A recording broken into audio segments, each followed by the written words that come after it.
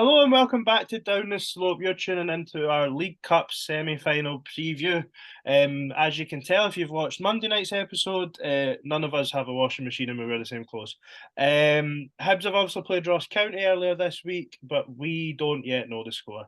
Ryan, Hampden on Saturday, are you looking forward to the day out more or the 90 minutes? Oh, you've asked a tough question right at the start. Probably the day out, to be fair. We didn't get a day out to Hampden last year, so it's even more valuable for that. The fact that we've got a bus going and a group of great people and we're going to be on the bevy all day, I'm extremely looking forward to it. It's my weekend off as well, so I can be absolutely stinking hungover on Sunday and not be worried about having to get up early. So it's probably the day out for me.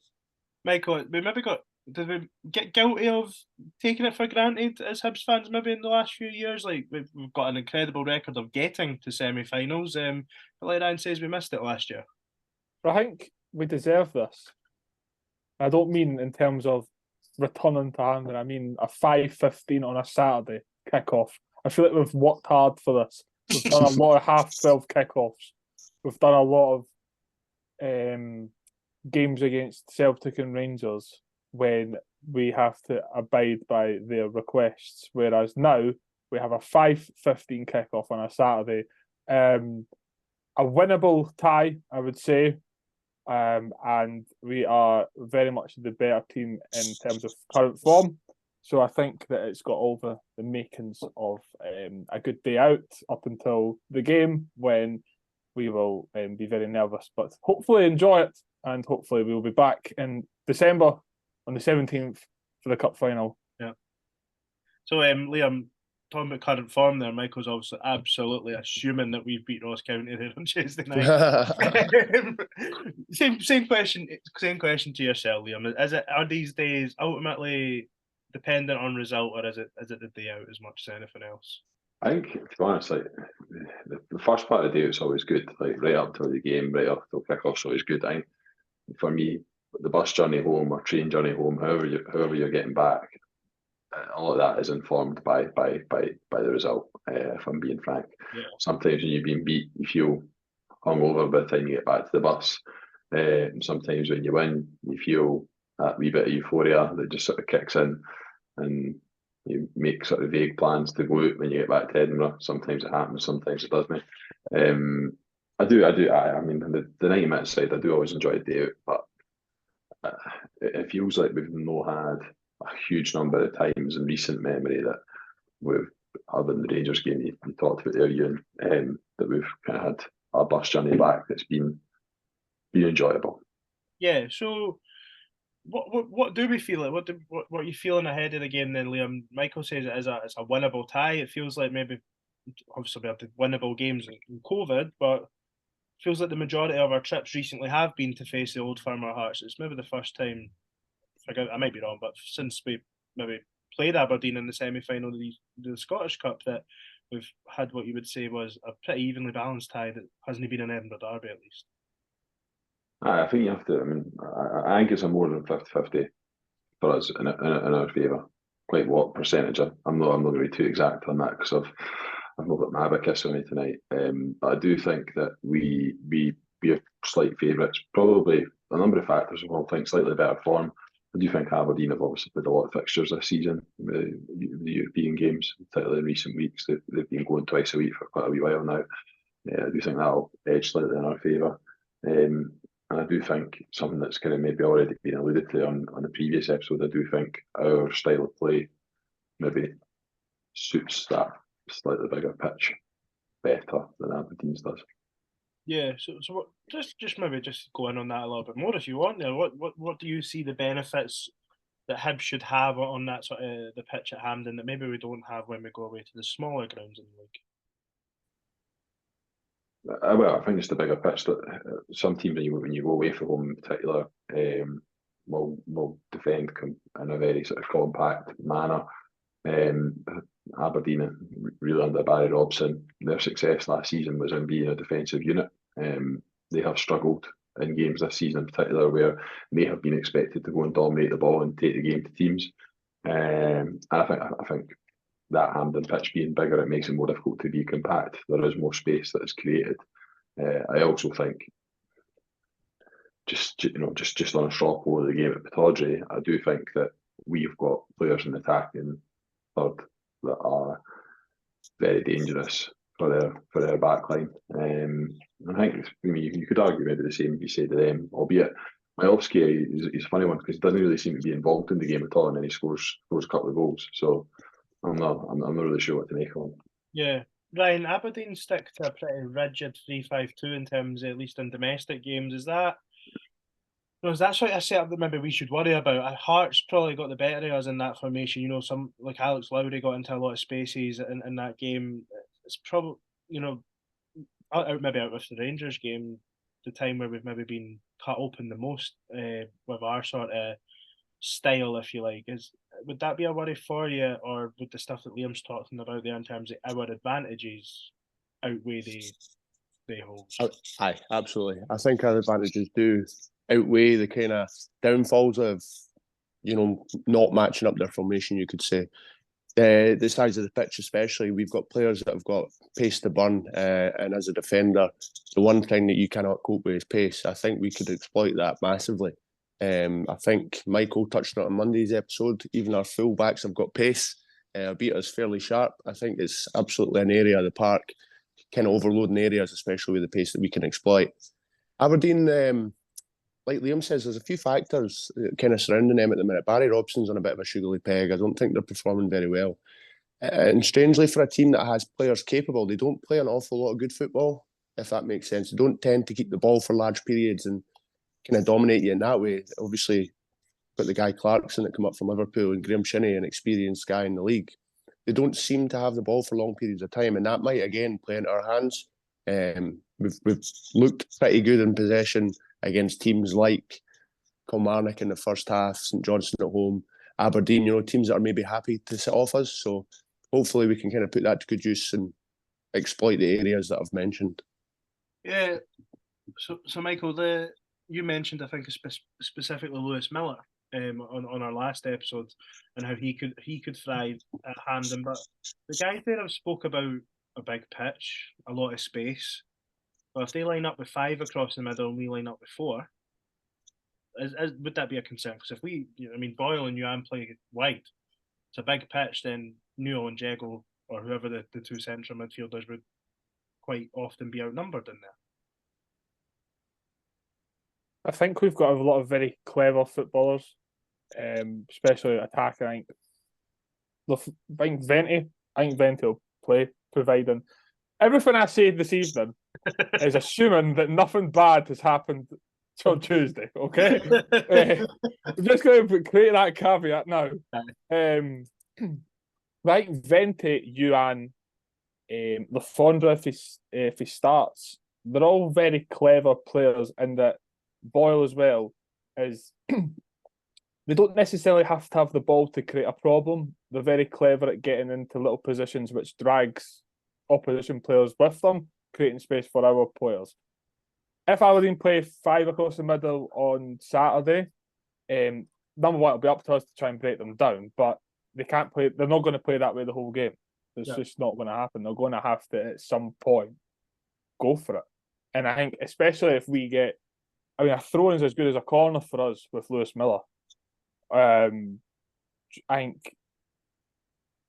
don't think if Aberdeen play that like that, they're asking for trouble. Yeah. In the sense that if they make an arse of it once and we score, what are they going to do? Yeah, so I don't want to focus too much on them, but I think both teams, we've seen in the 2 games against Old Firm that Hibs definitely set up differently against Celtic than we did against Rangers, albeit same formation and stuff. So, and then Aberdeen in domestic games versus European games, basically in Europe they drop Duke and go 5-4-1, and domestically they play 3-5-2 with Duke and Miowski through the middle. What do we expect from maybe both teams? It's not to say that Aberdeen aren't the calibre of Celtic or Rangers, but as a semi-final, do you think that Montgomery might revert to the team that played against Celtic as opposed to a more open style that went to Ibrox, Liam? You want to listen? Sorry. Michael, same question to you, mate. Sorry. I think we will go for it. Obviously not kamikaze go for it, but I think we'll be set up to go and win the game. I think that, as I've said previously, the pitch will suit us in terms of our fullbacks. I think they'll go into it. I think it might even be like Murphy and Whittaker 2007 Scottish Cup final. Okay. League Cup final, sorry. In the terms that just we're so many options going forward, very dynamic and quick going forward, and we don't have to go for the middle. We've got good athletic fullbacks who can attack, but they can also get back to defend. And if Aberdeen are playing the way you suggested they might, they're going to have the room to do that because we're only going to have to be looking after one striker up top, so a fullback can go. Yeah, you know what I mean?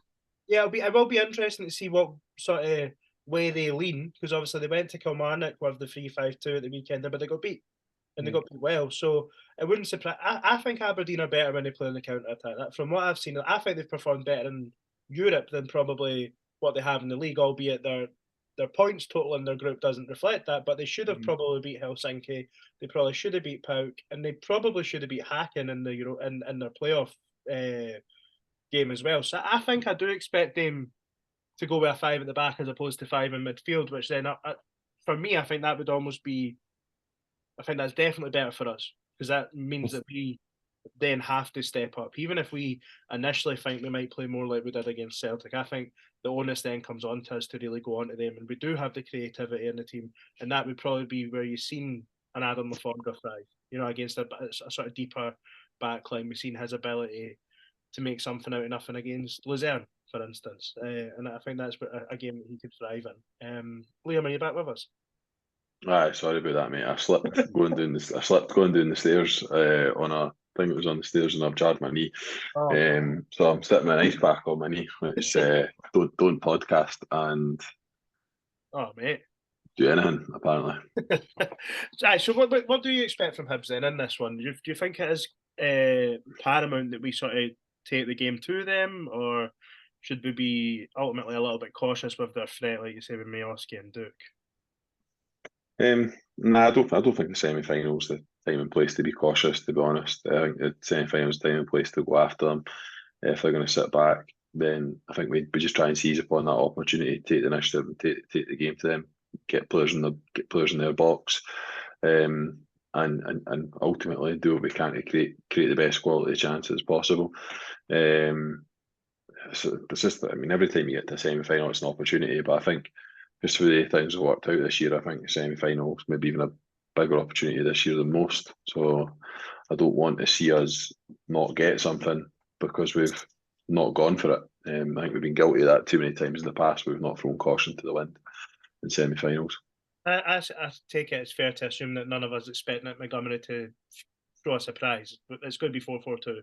It's just the way that depend on the personnel that's deployed. Liam, I'm just going to ask Ryan as well, but would you have any concern with like a Jamie McGrath or a Duke operating in the same way that Alex Lowry did in the derby and ultimately caused us a lot of problems?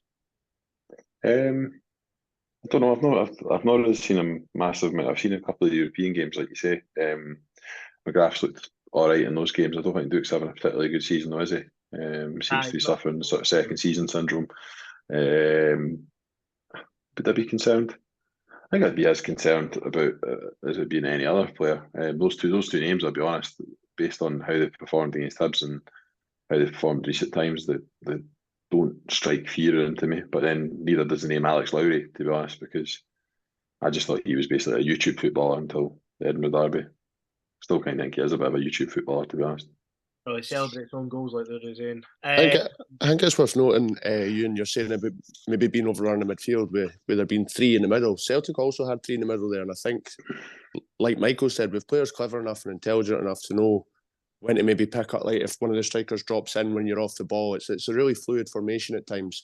We've seen that against Celtic. So I think we can cope with it. So, but then lesser quality. My concern would be that against Celtic, we carried next to no threat. But we're playing against a lesser quality. Celtic obviously have got the quality to keep the ball and recycle it for large periods of the game. I don't think Aberdeen will want the ball that much. But, people might have different views. If you're saying they're better on the counter attack, then they won't want large periods of possession. So I would also add that if you're playing that kind of system, 4-5-1, very rigid, very organised, very disciplined, that requires an unbelievable amount of concentration, right? Mm-hmm. This will be their 4th game in 9 days. Man United They're saying going they'll to all be away from home as well. Eh? Man United saying they're away midweek. They were They're away. away at Fir Park. Aye. I'm not saying she's fine, thanks. So they're at Fir Park on Wednesday. Nah, so that's another factor as well. You have to also consider the fact that they're not doing very well by their own admission. So I think that it's just a fantastic opportunity for us. But I don't want it to be like 2000 again. So last thing on your three at the back thing. See your centre halves on the outside. They have to be extremely mobile to cover that amount of space, and that is exactly the area that we want to play in. So I think it will work in our favour if they go with that. So look, we've spoken enough about them, and Ryan, that brings us in nicely there. So we've spoke about how the pitch might benefit Hibs in that, but what do Hibs have to do well to win the game? Who are the key players? You know, obviously, maybe it's really obvious, or is there anyone else in there, Ryan, that you think if he plays well or if he can do this, Hibs win the game?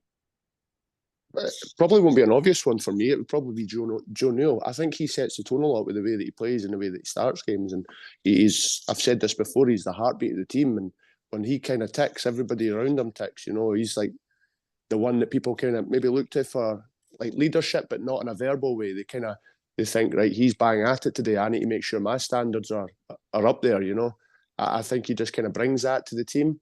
And his work, obviously, going forwards and back is phenomenal. So if he can kind of get himself out the park, do what he always does, I think that generally everybody else has a good game. For me, I think it's as simple as just please play Martin Boyle on the right and please play Elie Youan on the left. You know, like I've spoken about it a few times on here, and we talk about Hampden's pitch being big. Then let Boyle burn them. Didn't have him on the left hand side where he feels like he has to come inside. Play him on the right where he can burn them in behind. He done it against Rangers a few years ago, and so maybe what we've seen, he maybe has lost a little bit of pace maybe since then through his injury, or he's still trying to recapture the form he was in before he left, obviously. But play him on the right hand side. I wouldn't want to see him through the middle. I'd like to see Venti along with someone else up top in terms of either Doige or if he's fit or Adam Lafondra. But just get Martin Boyle on the right hand side and let him and Miller utilise their strengths on that side of the park.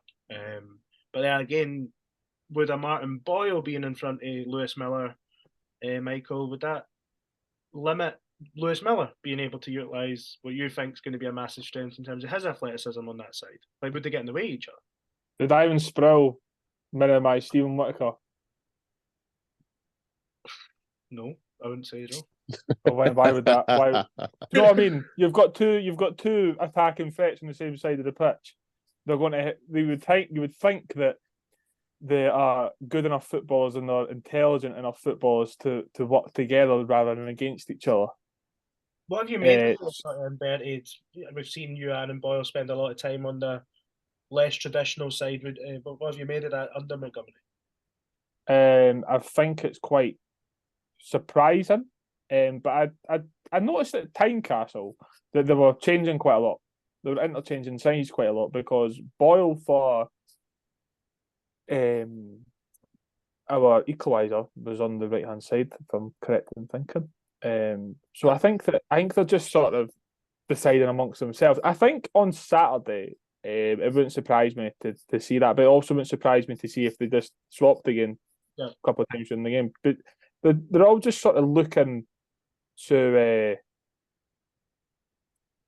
get the advantage for what they can deem as an advantage, and if that means they have to change sides when they're playing, then so be it. But I think Hampden will be a different ball game for us. I think. Yeah, nice.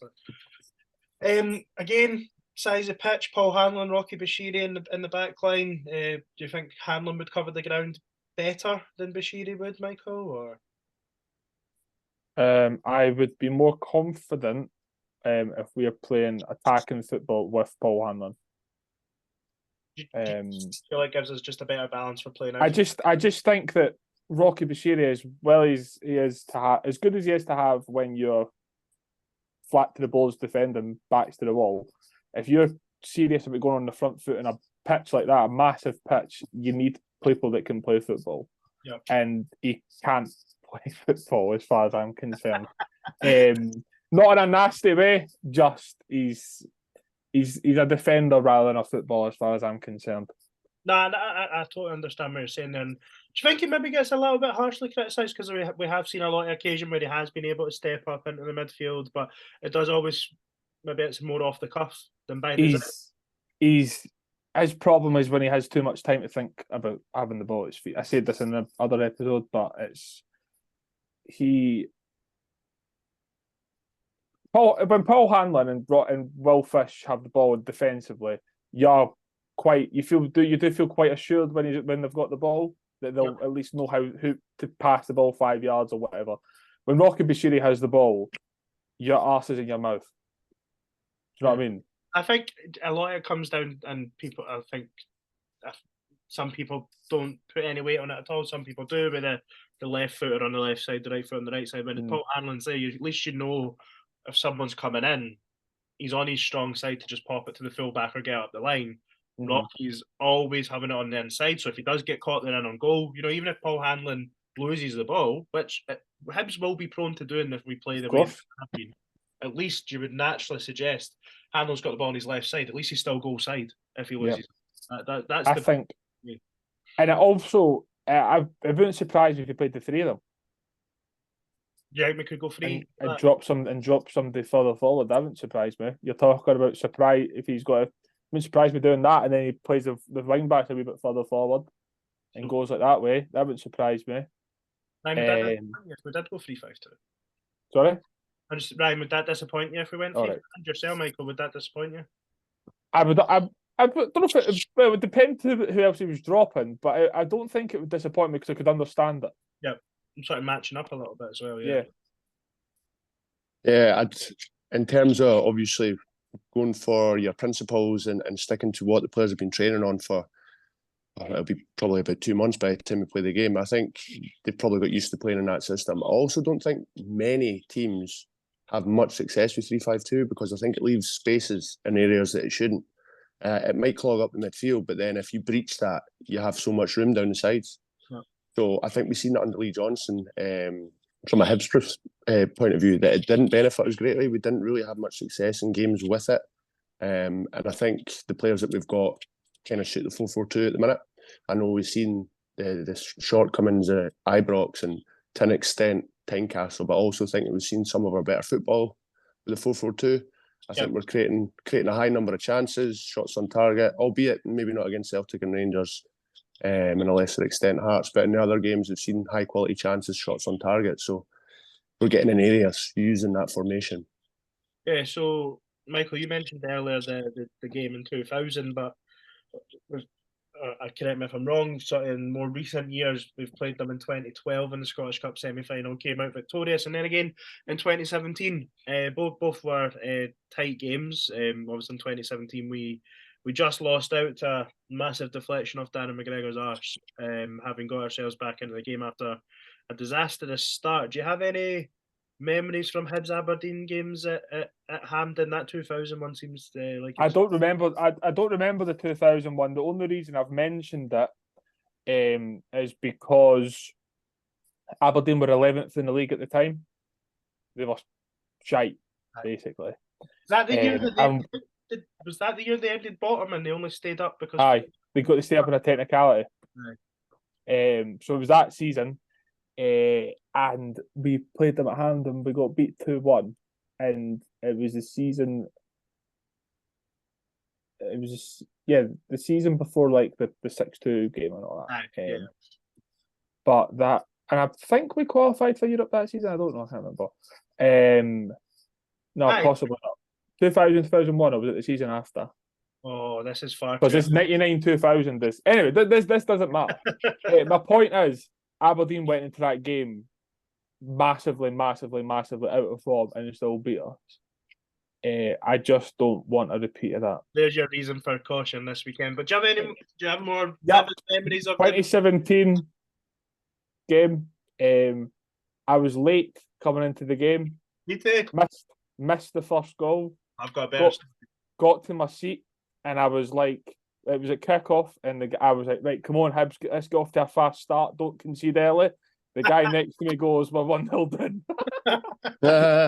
So we'll take it. So what I assumed was kickoff for the game was kickoff after us going 1-0 down. So we got in. We were just about. I think we got in. It was heaving that day in the turnstiles. We were there in plenty of time for kickoff, but we got to obviously go up to the top in Hampden, and we were at the side this day. And I shat myself because the fucking flame hangs went off just as we walked into the ground. So we're walking down the stair, and the first thing I got to my seat, and Johnny Hayes and Adam Rooney and that were celebrating right in front of me. We were about 8 rows for the front. I was like, this is going to be a long year. I also got caught on TV hanging out my hole that day. I'd been out the night before, and I think it was 2-0 or 2-1 at the point as well. So I looked absolutely miserable, like I wanted to be anywhere else except Hampden. But Hibs done well to get back into the game that day. Grant Holt changed it. It was the end of Fraser Fyvie's Hibs career really won it as well. His toys went out the pram after he got hooked, and it summed Dylan McGeoch's Hibs career up nicely. A fantastic goal, but got injured in the process. What about the 2012 game? Ryan beat them on the way to the Scottish Cup final. Any memories there? Lee Griffiths and Gary O'Connor scored. Do you know what? I was still trying to pretend I was Fabian Cannavaro back then, so I was still playing. So I wasn't there, but I remember obviously seeing it on the telly. And Griffiths was brilliant for being a goal scorer for Hibs, wasn't he? And Gary O'Connor was the perfect foil for him. But no, I can't really remember any other than what you've mentioned. Amazing kind of performances and results against Aberdeen, like where I've really thought, Jesus Christ, that was brilliant. Especially in cup games, other than the ones that you've mentioned. I just remember Rory Fallon's shot orbiting the sun before going into the goal. That was an unbelievable goal. I was watching that and I was away on a family holiday. We were in Spain. I can't remember where about, and there was Aberdeen fans in the bar that we were watching as well. And it was what age would I have been in 2012? 15. Aye, 15. And just going mental, and my mum just sort of looking at me like, "You come on!" Like there was like us, me, my mum, my sister, my stepdad, and probably about 10 Aberdeen fans, and I was just like, "No, the day, come on, no, the day." But I don't know what Aberdeen's kind of Hampden record's like, though, to be fair, and I'm not sure how often they get there. Obviously, me and you figured it out one day driving to the game that we had been there a lot over the last decade. So it's probably a place that a lot of the players are familiar with, the setup, the field, the pitch, and things like that at the professional level can make a difference, you know, the familiarity of things, the dressing rooms, etc. I don't think their record's that great, and I think that was a big reason why they wanted rid of McInnes, because they just got to semi-finals and got beat. And that was factored a lot into why they wanted rid of them. Whether or not they're any better off, well, it's funny you mention that. Funny you mention it. Do you know what? They were probably even more annoyed and frustrated because there wasn't a strong Rangers for a while, whilst Aberdeen were kind of dominating as maybe the second best team, third best team. But look, as you say, look at how it's turned out for them, because McInnes is building a fairly decent side in this country. With Kilmarnock, you've got some decent players in there. So yeah, the League Cup that they won was at Celtic Park, I know. So that's what it was. Aye. In fact, I think they'll have been there a lot, and I think they definitely have won a chunk of semi-finals, because I know they got beat 2 years in a row. I think Celtic maybe beat them. They beat Rangers. Obviously beat ourselves in 2017, but yeah, I can't imagine Aberdeen have much.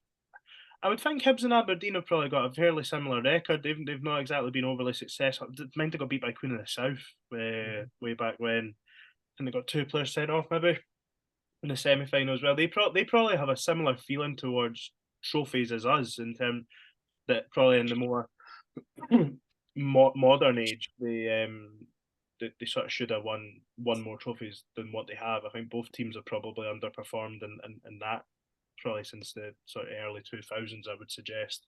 Because I mean, them getting beat by Queen of the South, that is a shocker, to be fair. Like do you also feel with them being like a one club city as well, there's even more of an expectation that they're not competing with somebody, a really fierce rival, and obviously we've got Hearts, and you like to tell everyone that they were huge in the 80s as well, so that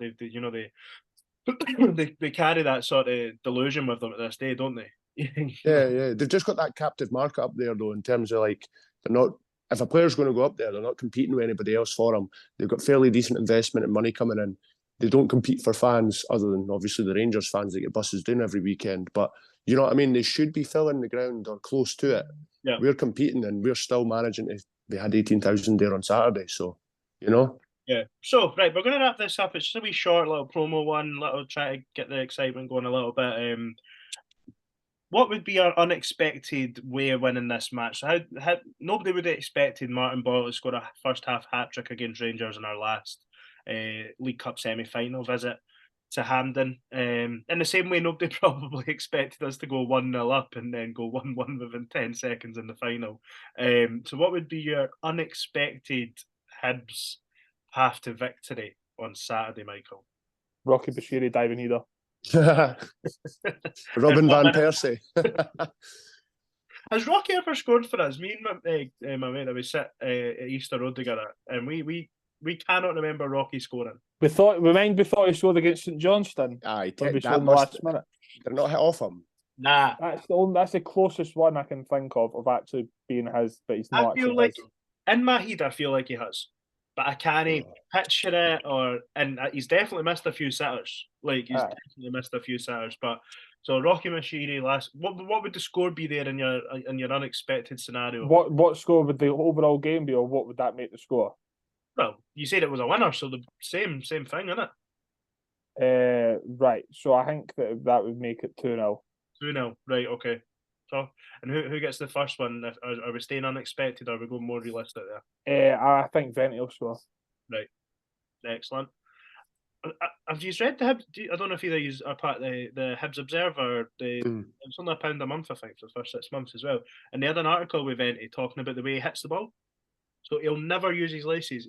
He's been coached from a young age to always use his instep. And I noticed it at the weekend against Celtic that he totally morphed his body. I think it was the one he put over the bar, but like totally morphed his body so he could hit an instep instead of sort of just striking through. I thought that was quite interesting. Hibs Observer's been really good value for money as far as I'm concerned so far. It's been good.